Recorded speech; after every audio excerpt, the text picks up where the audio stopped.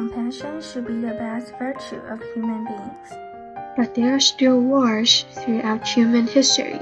Unfortunately true. There are wars with visible shellings and bombing and massacre, and wars silent and invisible. Such as the war between genders? You got it. Remember my talk on the suffering wives dominated by their husband? In today's Korea, it seems the situation is even worse. Korea? I'm interested.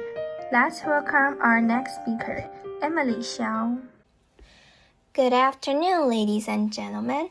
My name is Emily, an ordinary girl who lives happily in a blessed home with my cherished family. There was one day I was watching a film at home with my mother. It's an adaptation of a novel named Kim Ji-yeon, born 1982. I enjoyed the movie and had concentrated watching it while suddenly I was distracted by a subtle move of my mom next to me. Mom was wiping off the tears on her face. I pretended not to see her so that I would not make a fuss interrupting the movie. Both of us engaged in it. I read the original novel before watching the film. I guess that's why I didn't seem as emotional as my mom was. However, I could totally understand my mom, who had first known the story. I was stunned and sad when reading about all the heart-wrenching parts, but I also felt glad because I wasn't living a tragic life as the characters did. It was a complicated feeling. The novel was a touching book. These are the covers of the novel. It has been translated in plenty of languages. According to this, we can imagine how popular it is from all over the world. The best-selling novel, Kim Ji-yeon, born 1982, is also an influential and controversial book in Korea, where the story is set and the book published. An external factor that made the book even better known was the impacts it had made on Korean society since it was published and read by famous people. According to the news, some celebrities who revealed that they read the book would be condemned and bullied.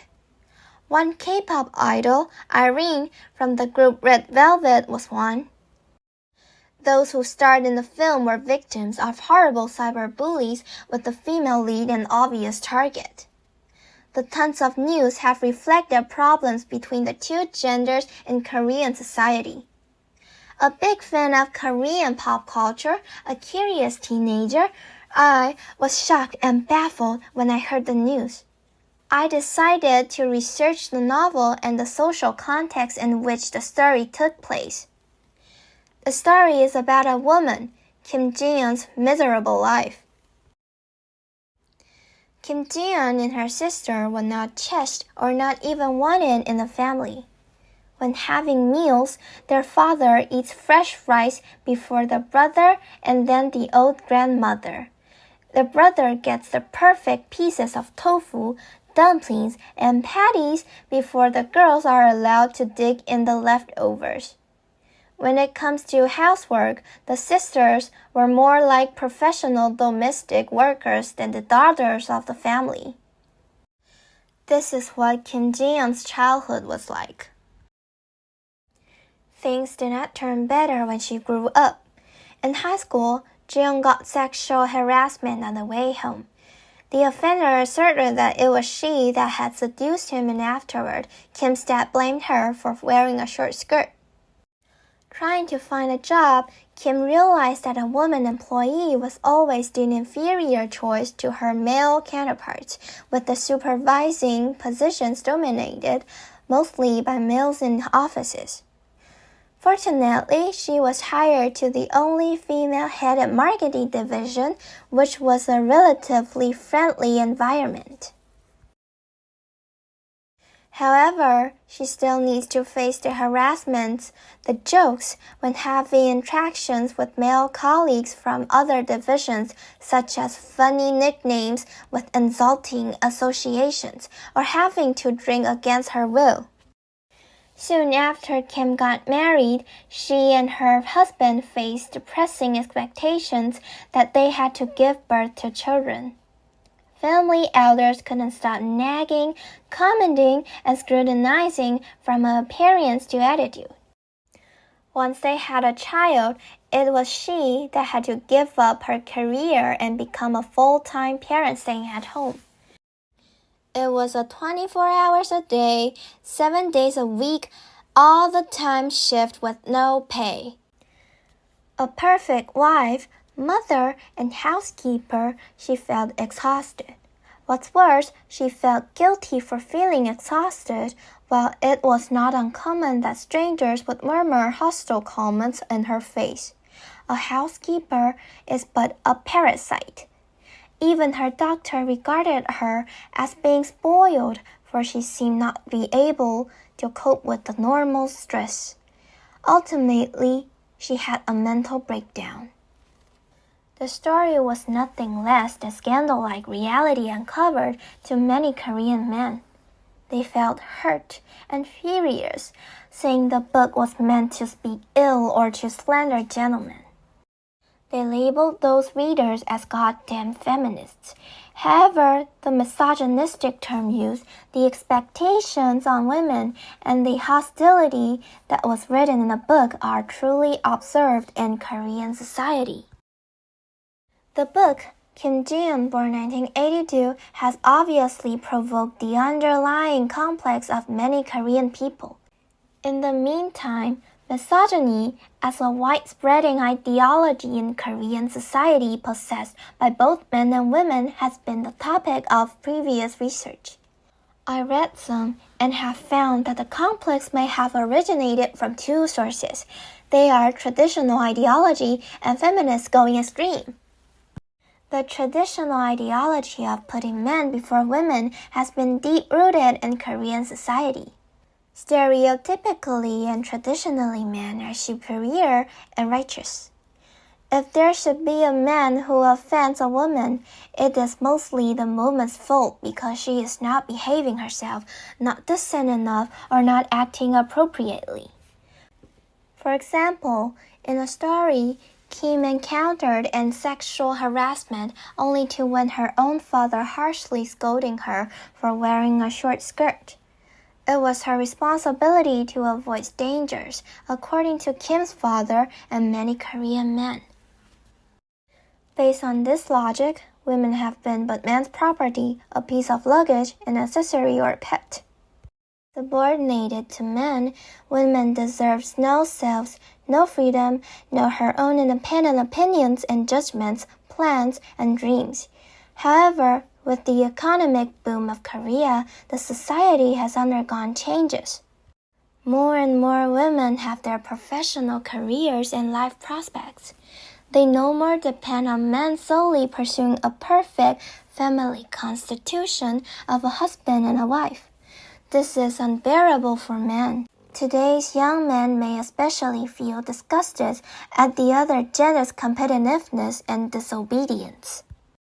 On the other hand, the awakened women start to speak out for themselves, but some of the feminists appear to go extreme. Take one famous Korean feminism website, Megalia, as example. This hand gesture, an index finger kneeling touching a thumb, is known as to mock the size of South Korean men's penises. They are just not good enough. The logo was first created to allude to South Korean society, notably men's highly judgmental attitude towards women's physical appearance, and mirrors the male obsession with women's sexuality and physical attributes. It is a famous website for feminists to speak up to society and to pursue justice on social issues. As the amount of posts on the website began to be aggressive and offensive towards men, for instance, pictures showing males' genitals in insulting ways, posts using misandry terms, and one of the most controversial posts about pedophile. Towards young boys, not even men but also women find it inappropriate. However, there are many similar websites on the internet which media ineffectual issues all over the country. These controversies fueled gender war and more young men became misogynist with it.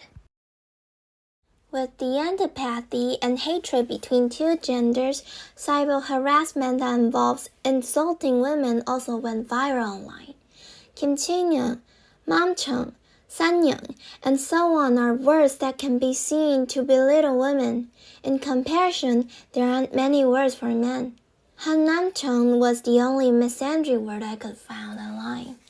There were cases of attacks, abuses, fights, and even murders happening due to the hatred between the genders in South Korean society. For example, there was a Gangnam murder case in May 17, 2016. On May 7th, a man, only identified by his surname Kim, stabbed a woman to death at a public bathroom near Gangnam Station. The man, who was a stranger to the victim, said that he had committed the crime because he had been looked down upon by women many times in the past. As a girl growing up in Taiwan in the 21st century, I felt shocked and ridiculous when learning about Korean society with such a collective complex of misogyny.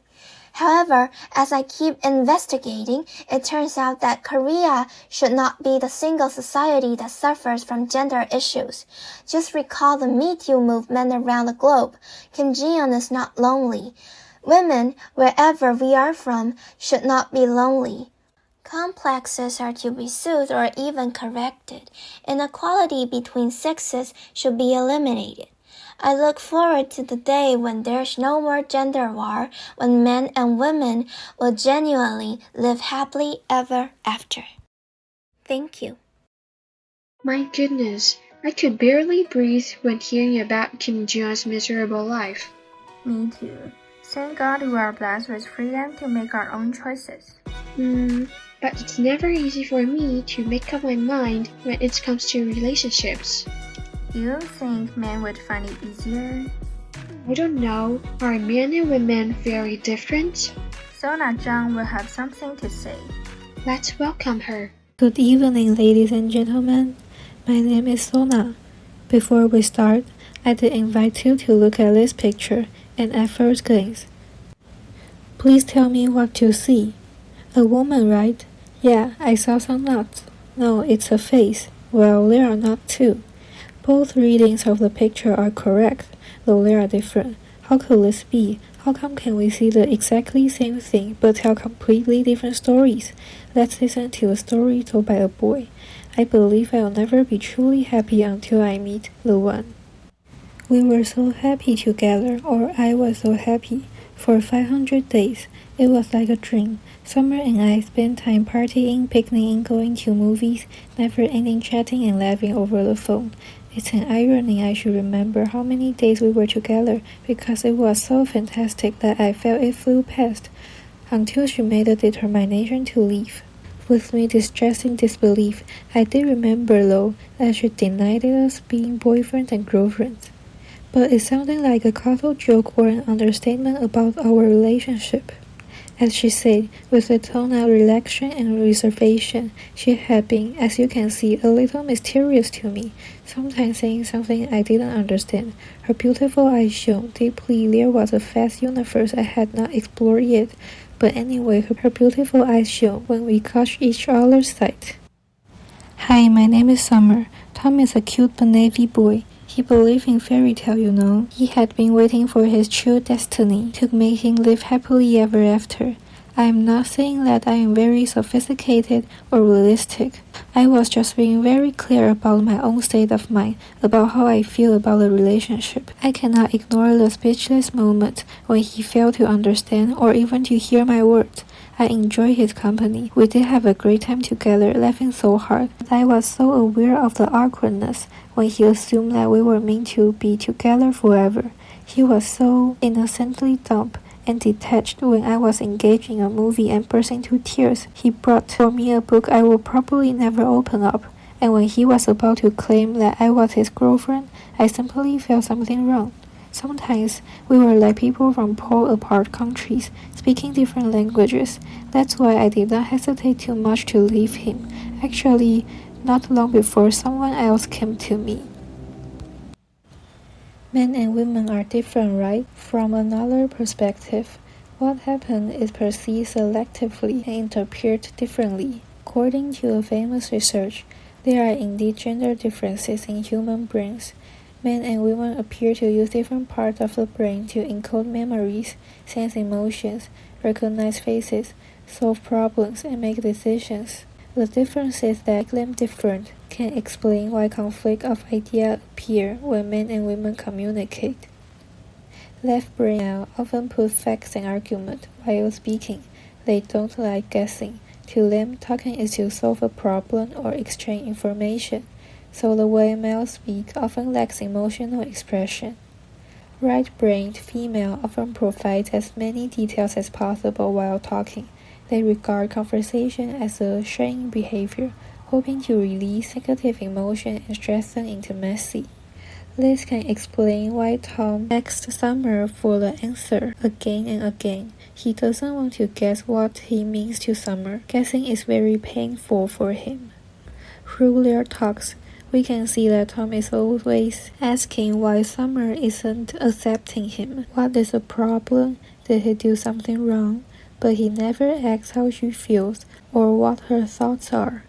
Rather than communicating and understanding, he just wants to solve a problem. When Summer is talking about her mind, Tom isn't listening. The fact I mentioned above, women regard conversation as a sharing behavior. It can strengthen intimacy, but Tom wasn't listening. And this could have been the factors that contribute the broken relationship.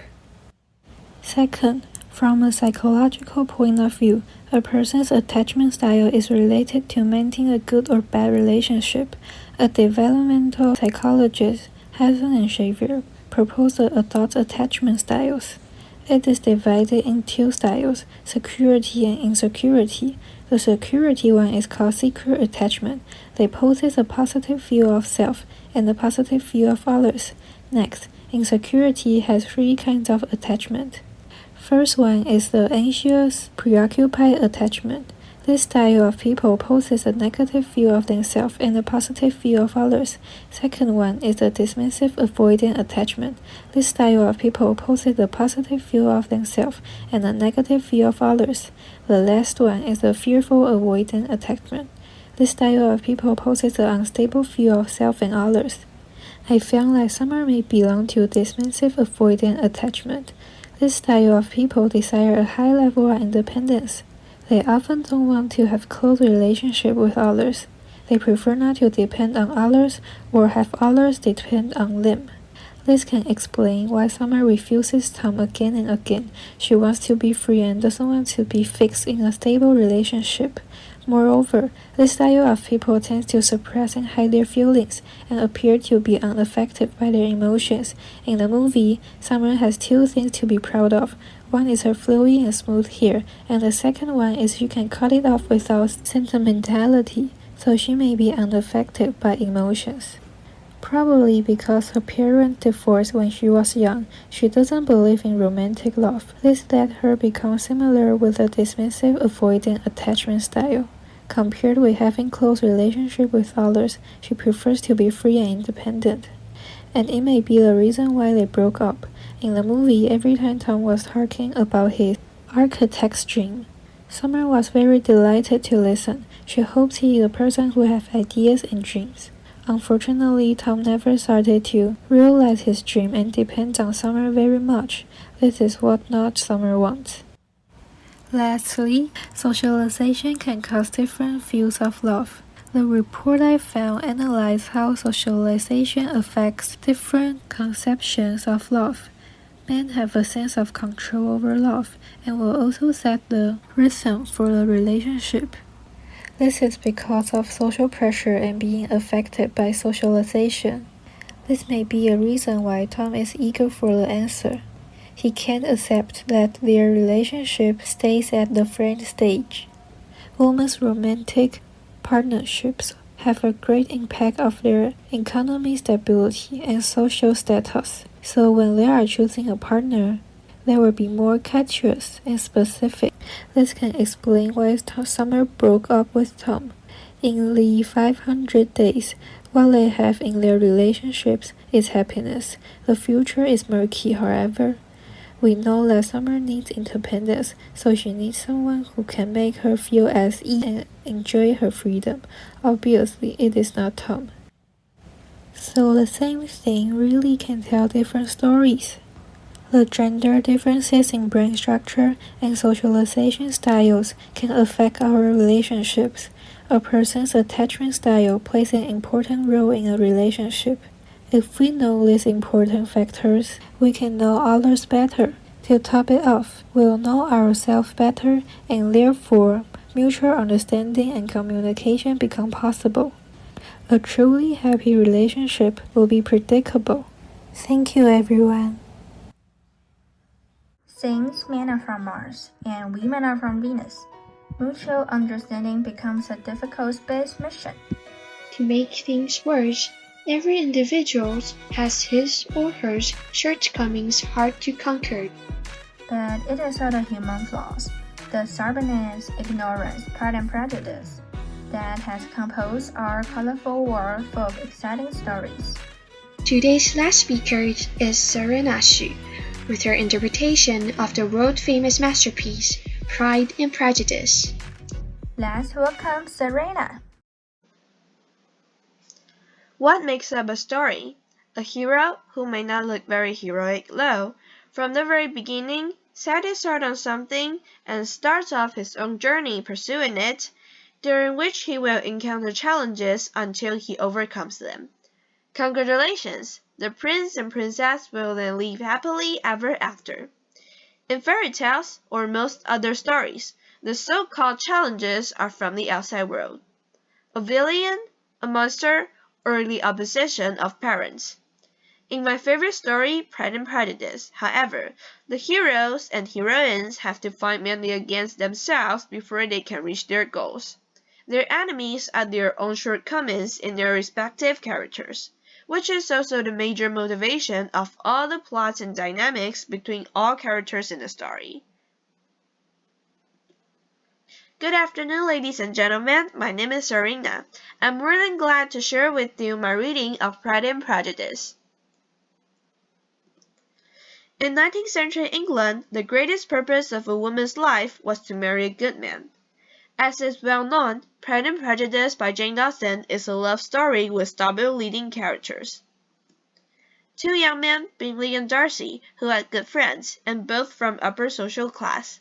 Their matches, two sisters, Jane and Elizabeth, from a family of humble status.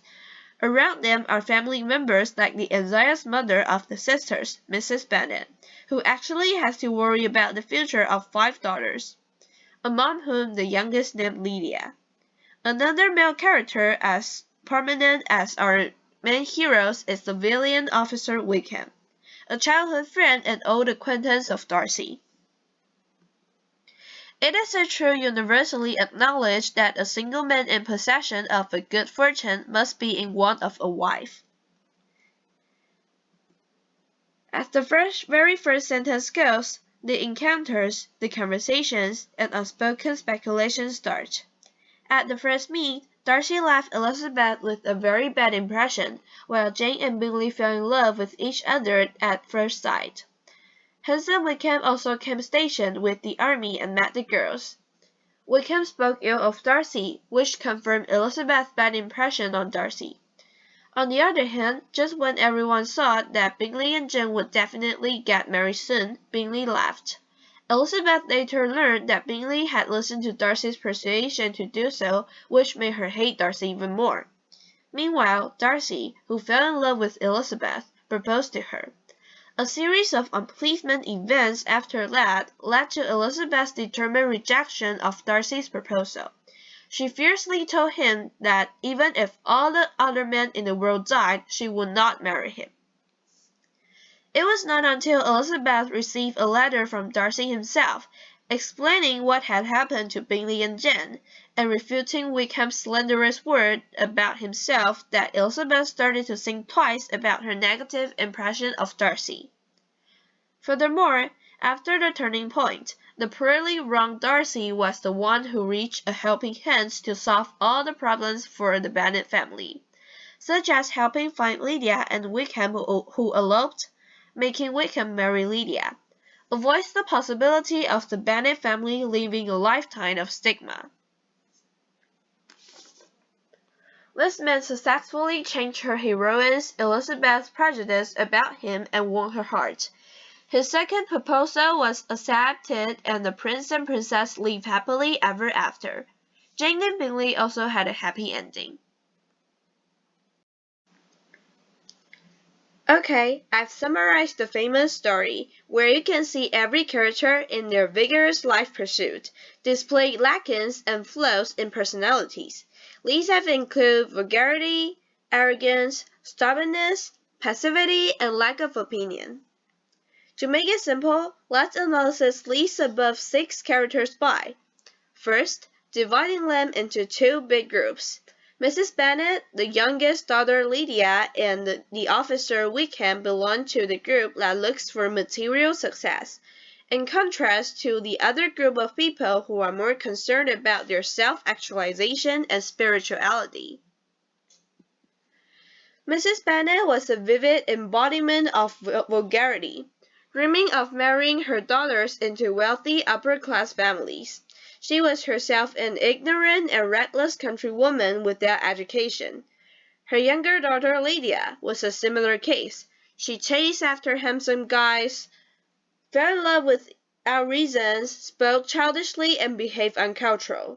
The mother and daughter were like a pair of lipsticks in contrast to the oldest 2 daughters of the family, Jane and Elizabeth. However, their both vulgarity, or put euphemistically, aggressiveness and energy, was what has driven the story to proceed. After all, without Mrs. Bennet's plotting and arrangement, the girls could not have had chance to meet gentlemen.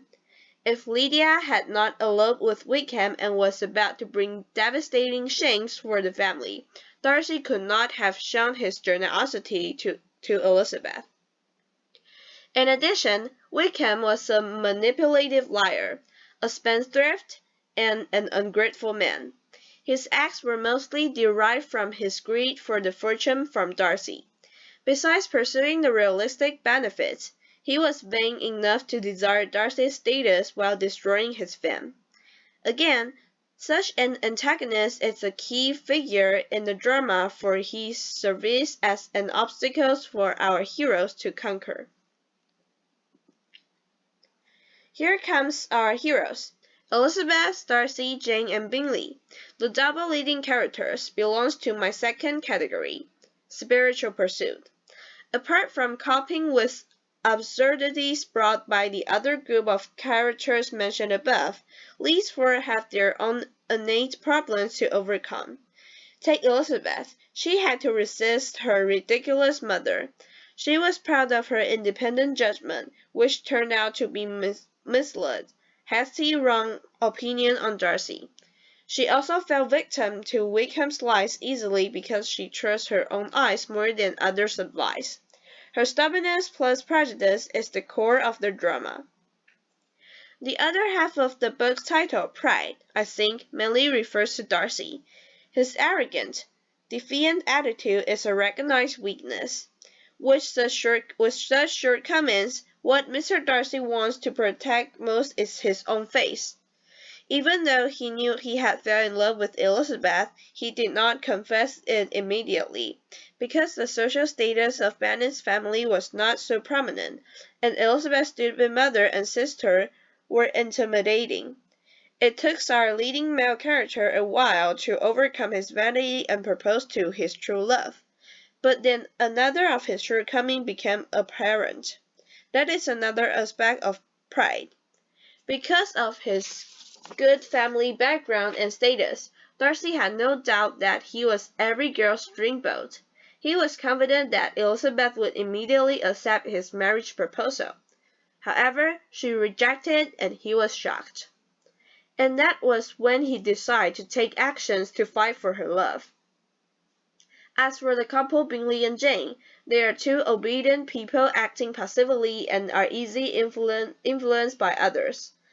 The 2 felt clearly mutual affection, but both were dissuaded by their own weakness. Jane was concerned about the gap between the social status of their 2 families, and Bingley became indecisive after Darcy warned him of Jane's reluctance. Neither of them could be brave enough to confess what their hearts felt and take the initiative. Thankfully, as in all great stories, the leading characters change and grow. They overcome their inner struggles, they conquered their enemies. Jane and Bingley, Elizabeth and Darcy, Lydia and Wickham, and the satisfied mother, Mrs. Bennet. Closing the book, I'm a delighted reader. Seeing the story characters' flows drive their dramatic lives. I perceive universal human nature, strength and weakness, emotions and reasons, desire and morals. They are so real and everlasting, and thus inspiring to us.